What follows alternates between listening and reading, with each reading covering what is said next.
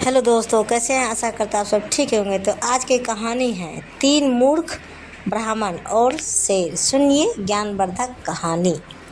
आज की कहानी बहुत ही रोचक है, जो बच्चों की सबसे पसंदीदा कहानियों में से एक हो सकती है।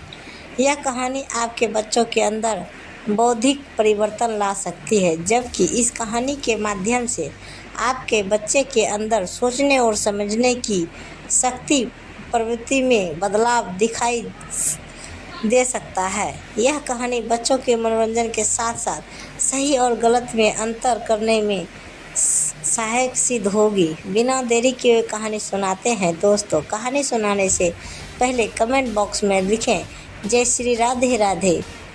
तो कहानी सुनाते हैं।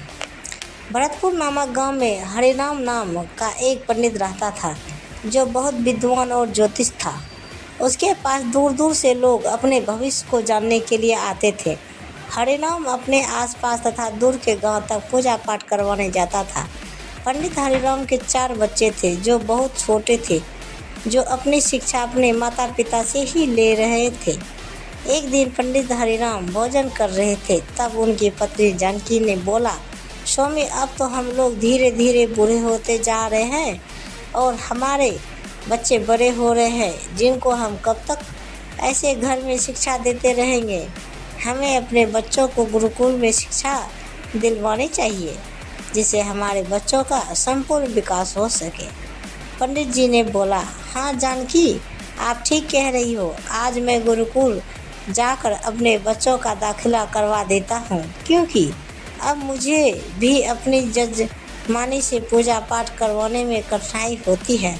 अगर मैं घर पर बैठा रहा तो हमारे घर का खर्च कैसे चलेगा? जबकि यदि हमारे बच्चे ज्योतिष विद्या सीखकर हमारे साथ पूजा पाठ करेंगे तो हमारे घर की आय दोगुनी हो जाएगी। पंडित जी की बच्चों की शिक्षा। अगली सुबह पंडित हरिराम अपने 4 बच्चों को लेकर गुरुकुल गए। वहाँ पर कुछ साधारण से सवाल जवाब के बाद में 4 बच्चों का दाखिला हो गया। 4 बच्चों ने खूब मन लगाकर ज्योतिष विद्या ग्रहण की और उनकी पढ़ाई पूरी हो गई। अब बच्चे बड़े हो गए थे, जो कि अपने हाथ अपने पिताजी के जजमानी में बटाने लगे। पंडित जी के 4 बच्चों में तंत्र तथा ज्योतिष विद्या का अथाह ज्ञान था, जिसके कारण उनकी ख्याति दूर दूर तक प्रसिद्ध हो गई थी। पंडित जी के बच्चों की प्रशंसा सुन उस साम्राज्य के राजा ने अपने दरबार में पंडित के 4 बेटों को आने के लिए आमंत्रण भिजवाया। पंडित के बच्चों ने राजा का आमंत्रण पाकर अपनी बुद्धि का अभिमान करने लगे और 4 बेटे हंसने लगे और बोले, चलो आज राजा की हस्तरेखा को देखने चलते हैं। और 4 भाई एक साथ जंगल के रास्ते से निकल गए। बीच जंगल में पहुंचकर 4 भाइयों ने एक मरे हुए शेर की खाल पड़ी हुई देखी। आगे और जाने पर शेर के अस्थिर पंजर भी दिखाई दिए। तीनों भाइयों की मूर्खता। सबसे बड़े भाई ने कहा कि हम लोग पैदल जा रहे हैं। अगर हम इस शेर को जिंदा करके इसके ऊपर बैठकर राजा के महल में जाएंगे तो हमारी इज्जत बहुत बढ़ जाएगी। मैं इस शेर को उसकी खाल और अस्थि पंजर से जोड़ सकता हूँ। दूसरे भाई ने बोला, मैं इसके अंदर रक्त संचार और शरीर को पहले जैसा बना सकता हूँ। तीसरे भाई ने बोला, मैं इसको तंत्र विद्या के माध्यम से जीवित कर सकता हूँ। चौथे भाई ने बोला, हमें ऐसा नहीं करना चाहिए, हमें सीधे राजा के दरबार में जाना चाहिए, क्योंकि अगर शेर जिंदा हो गया तो वह हम सभी को मारकर खा जाएगा।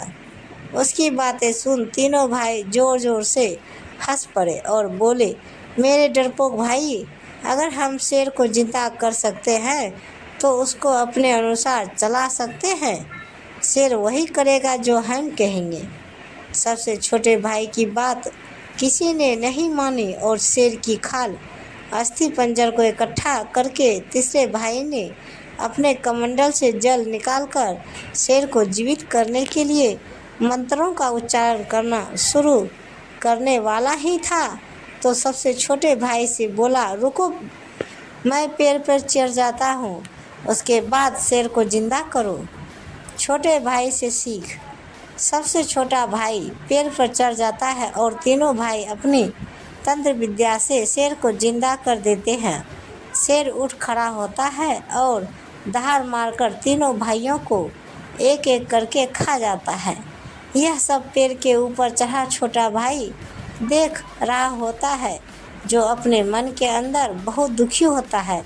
शेर के जाने के बाद छोटा भाई पेड़ से नीचे आकर देखता है तो सिर्फ हार मौस के लोथड़े दिखते हैं। वह तेजी से अपने घर की तरफ भागता है और घर जाकर सारा दृश्यांत अपने माता पिता को सुनाता है। देखते देखते पूरे गांव में हाहाकार मच जाता है और पंडित हरिराम और उनकी पत्नी यह सदमा बर्दाश्त ना कर सके और दिल की दौरा पड़ने के कारण दोनों की मृत्यु हो जाती है। तो दोस्तों, कहानी से हमें क्या सीख मिलती है? हमें अपने बुद्धि और विवेक के साथ काम करना चाहिए, क्योंकि जब शेर जानवर होकर अपना स्वभाव नहीं बदल सकता, वह पहले की तरह ही शिकार करेगा, तो हमें अपनी विद्या का प्रयोग ऐसी जगह क्यों करना चाहिए जो हमें हानि पहुंचाए। मैं हमेशा कोशिश करती रहूंगी कि मैं आपको मेरी कहानी पसंद आए। मुझे आप सभी के साथ की ज़रूरत है और रहेगी। मुझे फॉलो करो, अपनी राय अवश्य दें। आपकी दोस्तों, ये ज्ञानवर्धक कहानी आपको कैसी लगी नीचे कमेंट बॉक्स में हमें ज़रूर बताइएगा। कहानी को पूरा सुनने के लिए शुक्रिया। तो प्रेम से बोलिए जय माता दी, हर हर महादेव। ऐसे ही वीडियो देखने के लिए हमारे चैनल को सब्सक्राइब करें और वीडियो को लाइक ज़रूर करें। धन्यवाद। तो दोस्तों, मिलते हैं अगले वीडियो के साथ। तब तक बाय बाय दोस्तों। जय हिंद।